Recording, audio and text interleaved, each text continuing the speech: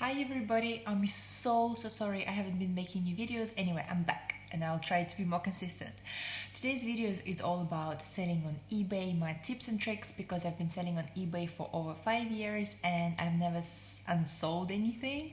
And I've also attended a webinar and a seminar with one of the top sellers on eBay called Adam Ginsberg. If you want, you can Google him. I'll also link and below with his program so you can find out more about him.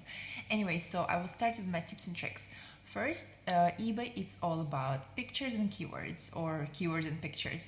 So whenever you're listing anything, make sure you type keywords in the title, even though it doesn't have to be grammatically correct. For example, you're selling something like let me just think.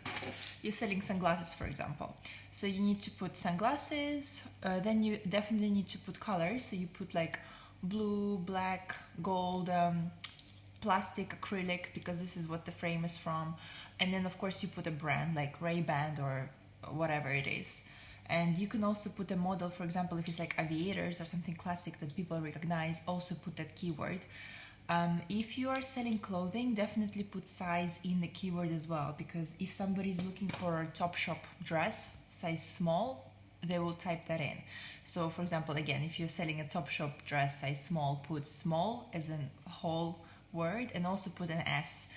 I also recommend putting numbers. If you want to sell to the UK, you can put numbers like 8 or 10, basically just numeric size in the title. So as many keywords as you want, as many keywords as you can, anything that's descriptive and that you think people will look for it. Because a lot of times I've been on eBay and people just type beautiful dress by Topshop, never worn. People don't care if it's worn or not. It's if the keywords match and the photo is good, this is like already pretty much done. So the next advice is of course the picture. Make sure you take them very clear, preferably like in a daylight or in a very good lighted environment where people can clearly see the object. And take I think eBay now allows like all pictures are free for most items except for electronics. So if you are taking pictures, make sure you take 12. So if I would be taking pictures of these glasses, for example, I'll lay them on like just a simple A4 white sheet, and just take it like picture from above, picture from the side, and picture from all angles. And also eBay is a very honest, I think, community, and people also can give you negative feedback. So in order to avoid that, you have to make sure you take a photo of every single angle. So for example, if I'm selling these sunglasses and there's like a teeny tiny scratch on one of the lenses, I will definitely take an angled picture on it and show, because whenever the buyer receives it and will see like, oh, there was a little scratch, I can actually say like, yes, there is a scratch and it's on the picture. Of course, you have to mention it in description as well, but just as accurate as you can. If it's an expensive item or just more or less expensive, I would definitely recommend including packaging, because sometimes people re-gift. So if you have like a tissue or branded ribbon or branded box, I don't know, any gift receipts also please do.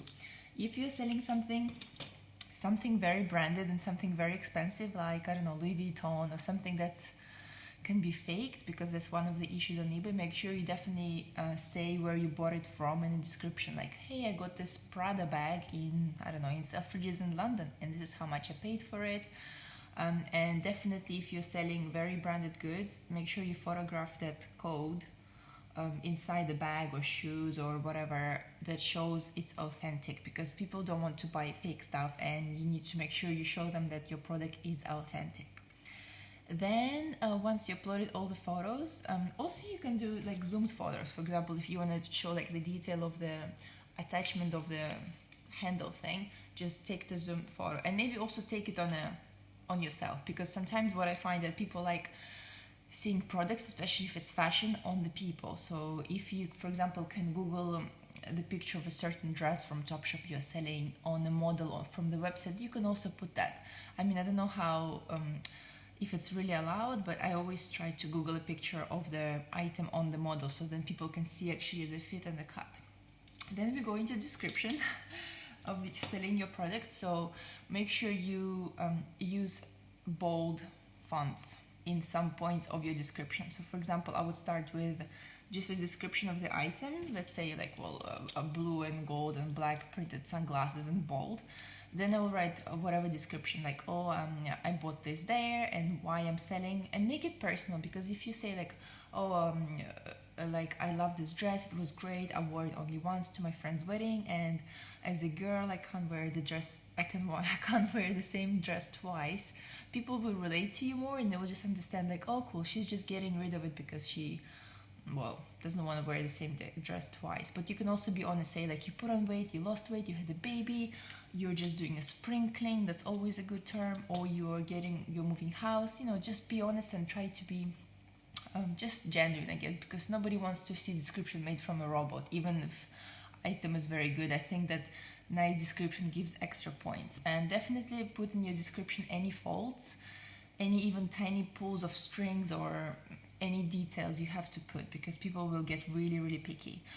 If you're selling fashion again or something, make sure you can also include like measurements, like shoulders and size, so that people don't, basically you want to avoid people asking you as many questions. So if you don't put any details, then expect people emailing you a lot, because people will want to find out more before making a decision. So if you list every single thing about the item, you basically eliminate further emails, and people can purely either bid or follow or whatever.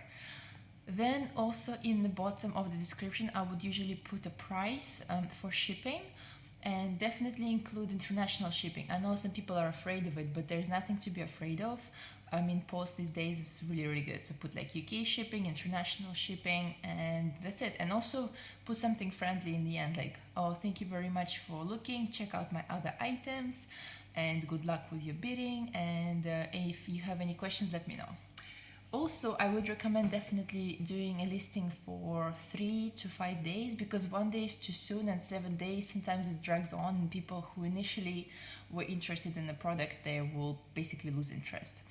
And also start with 99 cents or pences, because I know it's quite scary, but if you have confidence, it will basically attract more buyers in the beginning. Because if you put something that costs, I don't know, like Topshop dress, you put initial £10, first of all, eBay will charge you, and you want to avoid as many eBay's fees as possible.